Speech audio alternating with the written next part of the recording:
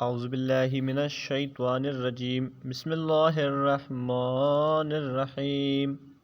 فی قلوبہم مرض فزادہم اللہ مرضا ولہم عذاب علیم بما کانوا یکذبون۔ ان کے دلوں میں بیماری ہے اور خدا نے نفاق کی بنا پر اسے اور بھی بڑھا دیا ہے، اب اس جھوٹ کے نتیجے میں انہیں دردناک عذاب ملے گا۔ وَإِذَا قِيلَ لَهُمْ لَا تُفْسِدُوا فِي الْأَرْضِ قَالُوا إِنَّمَا نَحْنُ مُصْلِحُونَ، جب ان سے کہا جاتا ہے کہ زمین میں فساد نہ برپا کرو تو کہتے ہیں کہ ہم تو صرف اصلاح کرنے والے ہیں۔ أَلَا إِنَّهُمْ هُمُ الْمُفْسِدُونَ وَلَٰكِن لَّا يَشْعُرُونَ،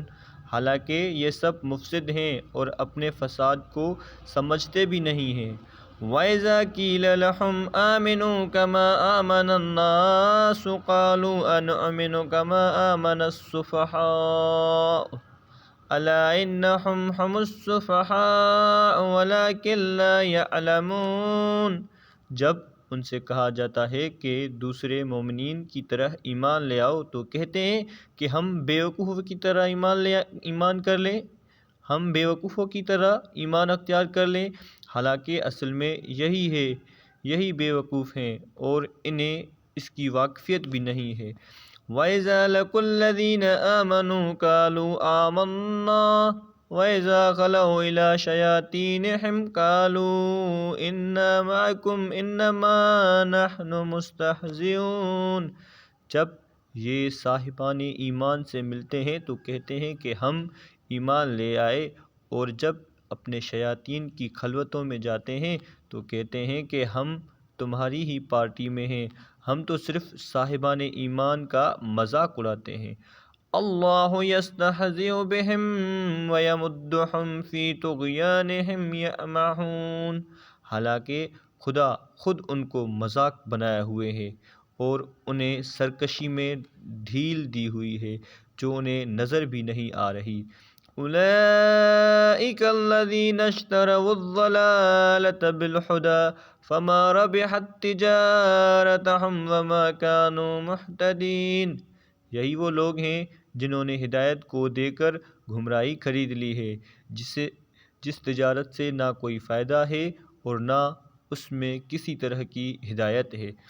مثلهم كمثل الذي استوقد نارا فلما أضاءت ما حوله ذهب الله بنورهم وتركهم في ظلمات لا يبصرون، ان کی مثال اس شخص کی ہے جس نے روشنی کے لیے آگ بھڑکائی، اور جب ہر طرف روشنی پھیل گئی تو خدا نے اس کے نور کو سلب کر لیا، اور اب اسے اندھیرے میں کچھ سوجھتا بھی نہیں ہے۔ صم بکم عمی فہم لا یرجعون، یہ سب بہرے، گونگے اور اندھے ہو گئے ہیں اور اب پلٹ کر آنے والے نہیں ہیں۔ او کصیب من السماء فیہ ظلمات ورعد وبرق یجعلون اصابعهم فی آذانہم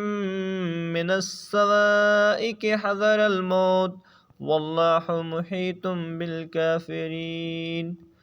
ان کی دوسری مثال آسمان کی اس بارش کی ہے جس میں تاریکی اور گرج چمک سب کچھ ہو کہ موت کے خوف سے کڑک دیکھ کر کانوں میں انگلیاں رکھ لیں، حالانکہ خدا کافروں کا احاطہ کیے ہوئے ہے اور یہ بچ کر نہیں جا سکتے۔ یکاد البرق یخطف ابصارہم کلما اضاء لہم مشوا فیہ واذا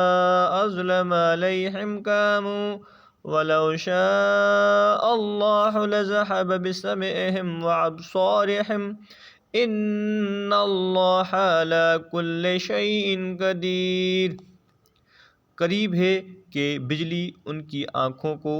چکا چوندھ کر دے کہ جب وہ چمک جائے تو چل پڑیں اور جب اندھیرا ہو جائے تو